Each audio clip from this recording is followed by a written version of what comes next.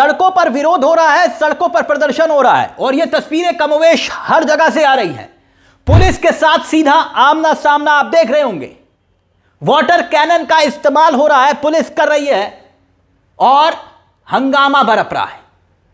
कहीं हालात तो यह है कि प्रधानमंत्री मोदी की तस्वीर वाले पोस्टर के चेहरे पर कालिक तक पोत दी गई। देखिए पोस्टर, और बात इतनी नहीं है, हमने कहा ना हर राज्य से कमोवेश ऐसी तस्वीरें आ रही हैं और कई ऐसे ऐसे पोस्टर हैं जिसे देखकर आप खुद हैरान हो जाएंगे। और ये तस्वीरें, ये बवाल क्या वाकई में 1 दिसंबर से पहले का ट्रेलर है क्या? आप कहेंगे ऐसा क्यों? नमस्कार, मैं हूं आपके साथ तिलक चावला। आज बात इसी मुद्दे की करेंगे।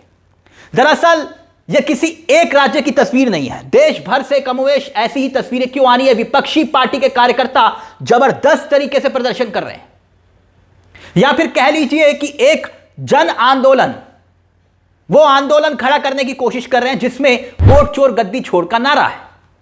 कल तक तो सिर्फ यह कहा जा रहा था कि भाई ये तो गिने चुने राज्य हैं, मुट्ठी भर राज्य हैं, ये आंदोलन वहीं तक सीमित है प्रदर्शन। मगर हकीकत क्या है, एक एक करके तमाम तस्वीरें हम आपके सामने रखेंगे कि कैसे मुख्य चुनाव आयुक्त ज्ञानेश कुमार के खिलाफ सड़कों पर किस कदर प्रदर्शन हो रहा है।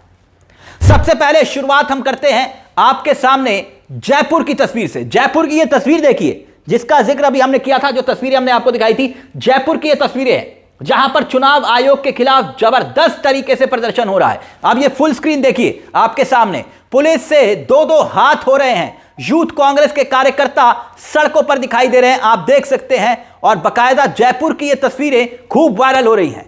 यूथ कांग्रेस के कार्यकर्ता पुलिस के साथ आमना सामना करते हुए और बैरिकेडिंग्स फांदते हुए आप देख रहे होंगे।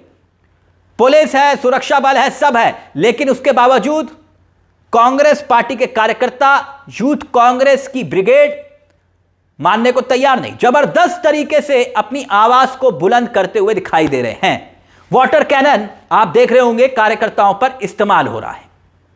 अब ये तस्वीरों के बाद अगर आपको यह लग रहा है कि यह मामला सिर्फ जयपुर तक का है, ना, जयपुर का नहीं। अब देखते रहिए तस्वीरें एक एक करके। अब आइए पश्चिम बंगाल। पश्चिम बंगाल देखिए, पश्चिम बंगाल में किसकी सत्ता है? ममता दीदी की। सत्तारूढ़ दल तृणमूल कांग्रेस। और देखिए सड़कों पर किस तरह से, आपके सामने ये स्क्रीन पर तस्वीरें देखिए। बीएलओस को उत्पीड़न, प्रताड़ित करने का आरोप लगाया टीएमसी ने, और सड़कों पर किस तरह से विरोध हो रहा है आप देख सकते हैं। ये आरोप है चुनाव आयोग पर कि चुनाव आयोग की मनमानी की वजह से लोग अपनी जान दे रहे हैं। बीएलओ, टीएमसी आरोप लगा रही है। और किस कदर सड़कों पर उतरकर टीएमसी दिखाई दे रही है। ममता दीदी की राजनीति का यह स्टाइल है। आप देखिए, ऐसा लग रहा होगा कि हर कार्यकर्ता जैसे सड़क पर उतर आया हो। यह तस्वीरों में आपको दिखाई दे रहा होगा। अब पश्चिम बंगाल के बाद सीधा रुख करते हैं आंध्र प्रदेश। आंध्र प्रदेश आइए, आंध्र प्रदेश की तस्वीर देखिए। आंध्र प्रदेश की तस्वीर भी बहुत दिलचस्प है। क्यों? क्योंकि राहुल गांधी का जो नारा है वोट चोर गद्दी छोड़ वाला, हर जगह पोस्टर लगाए जा रहे हैं। देखिए अब ये आपकी स्क्रीन पर पोस्टर लगाए जा रहे हैं। आंध्र प्रदेश, जहां पर बीजेपी के सबसे बड़े सहयोगी चंद्रबाबू नायडू की सरकार है, नायडू जी की सरकार, और वहां पर सड़क पर यह आलम, राहुल गांधी और उनके समर्थन में पोस्टर। अब एक और तस्वीर दिखाते हैं। तस्वीर अब आइए आंध्र प्रदेश के बाद हरियाणा। हरियाणा का आलम देखिए क्या है। एक शख्स नरेंद्र मोदी की तस्वीर पर, वो तस्वीर वाले पोस्टर पर लिख रहा है वोट चोर गद्दी छोड़, और यह वीडियो सोशल मीडिया पर वायरल हो रहा है। यूथ कांग्रेस ने इसे शेयर किया है, यूथ कांग्रेस ने। और बकायदा एक पोस्टर और दिखाते हैं आपको। यह पोस्टर देखिए, आपने वो फिल्म देखी होगी नमस्ते लंदन करके, उसी का एक पोस्टर बनाया गया है, नमस्ते ब्राजील करके।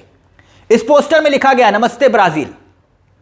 चेहरा आपको दिखाई दे रहा होगा उसी ब्राजीलियन मॉडल का है जिसको लेकर राहुल गांधी ने आरोप लगाया था कि इसी ब्राजीलियन मॉडल ने 22 जगह, अलग अलग जगह पर हरियाणा में इसका चेहरा लगाकर वोटर लिस्ट में दिखाई दिया था।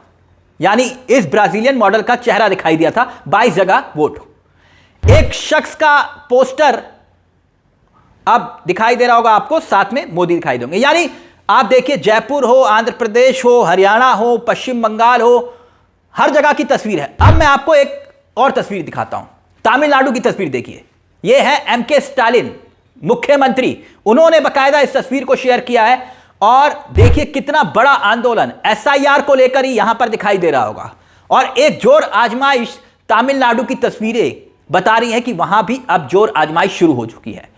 यानी आप इन तस्वीरों से यह समझिए कि जहां जहां विपक्ष की पार्टियों की सरकारें हैं वहां तो पहले से ही आंदोलन हो रहा है, जहां जहां विपक्षी पार्टियों की सरकारें नहीं हैं वहां भी अब एक आंदोलन खड़ा हो चुका है। अब ये तस्वीरें एक बहुत बड़ा संकेत है, संदेश है। आप कहेंगे क्यों, कैसे? और ये सिलसिला जो है ना अब ये बढ़ता जा रहा है। जो लोग ये सोचते हैं कि क्या हासिल होगा, क्यों ये प्रदर्शन हो रहा है, तो उन्हें बता दें कि ये एक ट्रेलर है। 1 दिसंबर से बहुत कुछ देश की सियासत में आपको बदलता हुआ दिखाई देगा। क्यों? क्योंकि संसद का सत्र का आगाज होने जा रहा है और उससे पहले पूरे देश की अगर ये तस्वीरें सामने आ रही हैं तो क्या मोदी सरकार के लिए खतरे की घंटी है कि नहीं है? और खास तौर पर मुख्य चुनाव आयुक्त ज्ञानेश कुमार को लेकर, जिनको लेकर कहा जा रहा है कि विपक्ष महाअभियोग भी ला सकता है। और बिहार चुनाव में जिस तरह से चुनाव आयोग की भूमिका रही उसको लेकर तो सवाल पहले से ही खड़े हो रहे हैं। क्यों? क्योंकि ऐसा लग रहा था कि वो बीजेपी के साथ मिलकर चुनाव आयोग इस चुनाव को जीतने के लिए किसी भी हद तक जा सकता है, इस तरह के आरोप लगे। सरकारी दौलत को, खजाने को लुटा दिया गया, 10-10 हजार रुपए ठीक चुनाव के वक्त, कोई कुछ नहीं बोला। इसका जीता जागता प्रमाण। यानी कि बिहार वो राज्य जहां एक गरीब राज्य है वहां पर खुलेआम सरकारी तिजोरी का इस्तेमाल किया गया सिर्फ चुनाव जीतने के लिए। बीजेपी ने सारी हदें पार कर दी, ये सब ने देखा।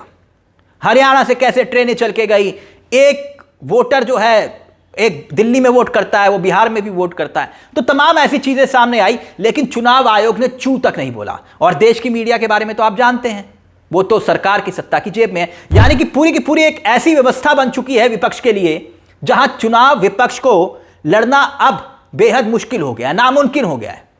हकीकत यह है कि जो व्यवस्था है, इस व्यवस्था में अगर विपक्ष को चुनाव लड़ना है तो सिर्फ बीजेपी के खिलाफ नहीं लड़ना होगा, पूरे सिस्टम के खिलाफ लड़ना है, जिसमें चुनाव आयोग भी शामिल है।